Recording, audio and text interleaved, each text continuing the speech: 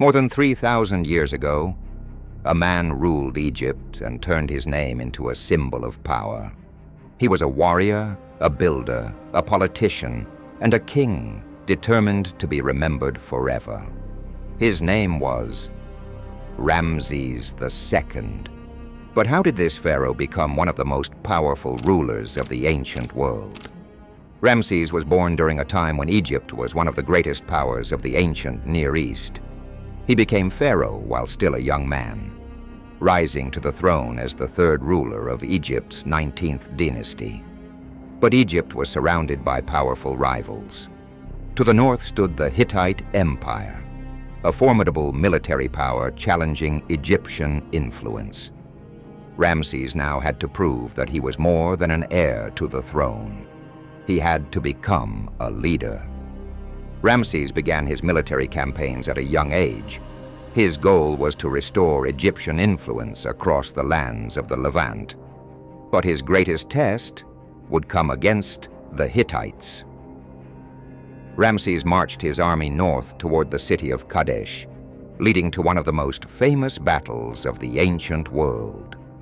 There he faced a massive Hittite army commanded by King Muwatalli II. The battle would become a defining moment in the life of Ramses. The beginning of the battle was disastrous for the Egyptian army, but Ramses reorganized his forces and personally led the counterattack.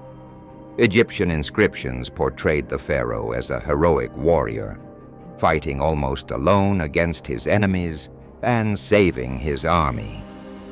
But historians see a more complicated reality. Kadesh was not the overwhelming Egyptian victory described by royal propaganda. Yet years later, the conflict ended with a peace treaty between Egypt and the Hittites. It became one of the earliest known peace treaties in history. But Ramses' power was not limited to his army. He understood that the greatest way to immortalize a king was not through swords, but through stone. During his long reign, he ordered the construction of enormous temples, statues, and inscriptions. Among the most famous was Abu Simbel, with its colossal statues of Ramses himself. He also built the Ramesseum and left his mark across countless sites throughout Egypt. In many ways, Ramses turned Egypt itself into a monument to his reign. But there was another fascinating side to Ramses. He understood the power of an image.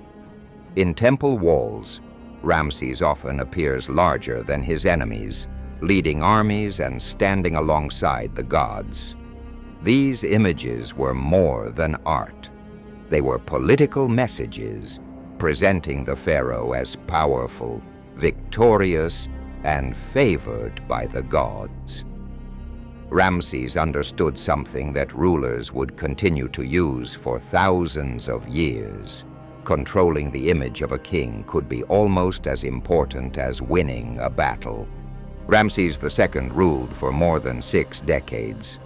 During his reign, entire generations were born, lived, and died. He became one of the longest reigning pharaohs in Egyptian history. When he finally died, he left behind a powerful legacy of monuments, inscriptions, and achievements. But there is an extraordinary irony. The man who wanted to live forever almost succeeded.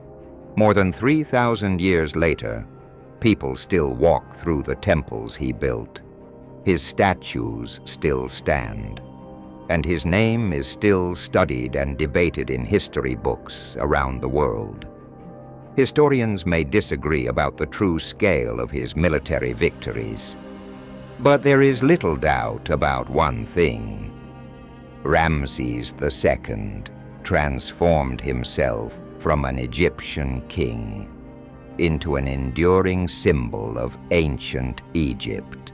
But Ramses was not the first great empire builder. Centuries before him, in the land between the Tigris and Euphrates, another ruler had already begun creating something extraordinary. one of the world's first great empires. His name was Sargon of Akkad.